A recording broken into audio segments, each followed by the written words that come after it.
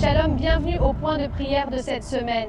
Je m'appelle Kayla Sprague et je vous parle pour All Israel News, depuis la Trune, où le vent souffle fort aujourd'hui, et où les incendies de forêt de Yom Ha'atzmaut ont causé de graves dégâts. Des décennies seront nécessaires pour réparer les dégâts. Cette semaine, alors qu'Israël célèbre l'Akba Omer, les habituels feux de joie et célébrations en plein air ont été annulés en raison de l'interdiction nationale de faire du feu. Avec la chaleur persistante et la sécheresse causée par les récents incendies de forêt, le risque reste élevé. Les communautés des collines de Judée, y compris Yad Hashmona, avaient été évacuées, mais elles sont maintenant rentrées chez elles et commencent le long processus de reconstruction. C'est pourquoi, aujourd'hui, nous levons nos yeux, nos cœurs et nos prières pour la guérison de cette terre et des personnes qui l'habitent. Passons maintenant à ces points de prière. D'abord, prions pour les familles qui sont de retour dans des maisons endommagées et des forêts, pour ceux qui ressentent le chagrin, la peur et l'incertitude. Le Seigneur est ma force et mon bouclier.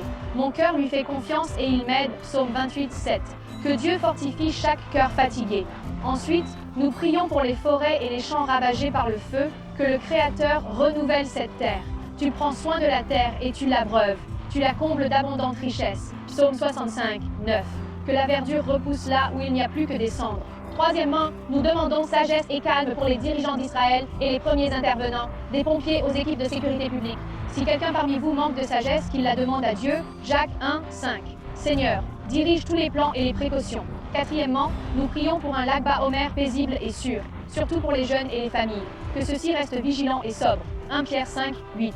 Que la joie demeure sans mettre en danger des vies et des terres. Enfin, alors que nous entrons dans la saison sèche en Israël, nous prions pour la pluie, la miséricorde et le renouveau dans cette terre sèche et épuisée. Il enverra également la pluie pour les graines que vous semez. Ésaïe 30, 23. Que le ciel réponde avec des bénédictions.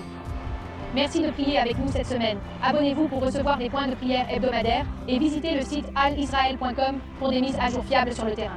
Shalom depuis la Trune.